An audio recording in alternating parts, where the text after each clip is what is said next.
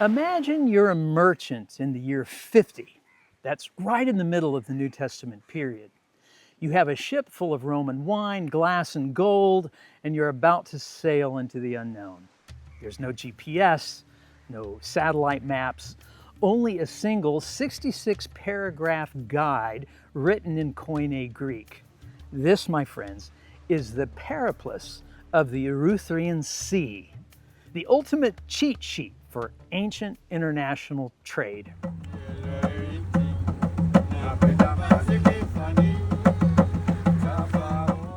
A periplus means literally sailing around.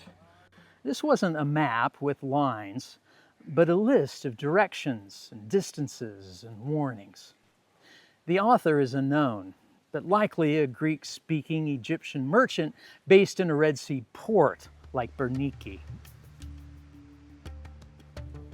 His work describes the coastlines of the Red Sea, the Horn of Africa, and the Arabian Peninsula, and even India. His purpose? To inform other traders where to find water, which kings are friendly, and where you can get the best price for your frankincense.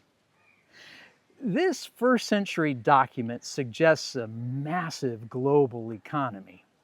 Romans just didn't stay in the Mediterranean. They were hungry for luxury. Rome wanted to import ivory from the kingdom of Aksum, tortoiseshell from the mysterious city of Rapta, and most importantly, pepper from India. In exchange, Roman traders exported wine and clothing, dyed cloth, metals, and iron.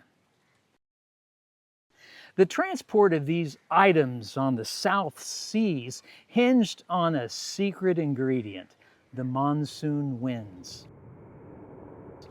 These winds allowed sailors to shoot straight across the ocean to India and back. The Periplus isn't just a list, it's a survival guide.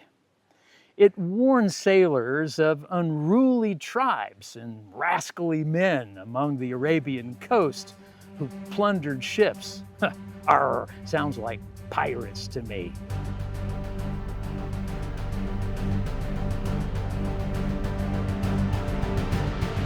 It also mentions a massive metropolis called Rapta on the East African coast, the southernmost trade point.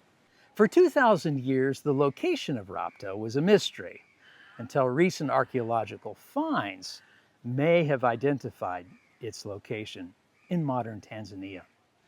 Without the Periplus of the Erythraean Sea, our knowledge of the ancient Indian Ocean trade network would be almost blank. It proves that even 2,000 years ago, the world was deeply interconnected by a Silk Road, but not made out of stone, but of coral and turquoise blue water.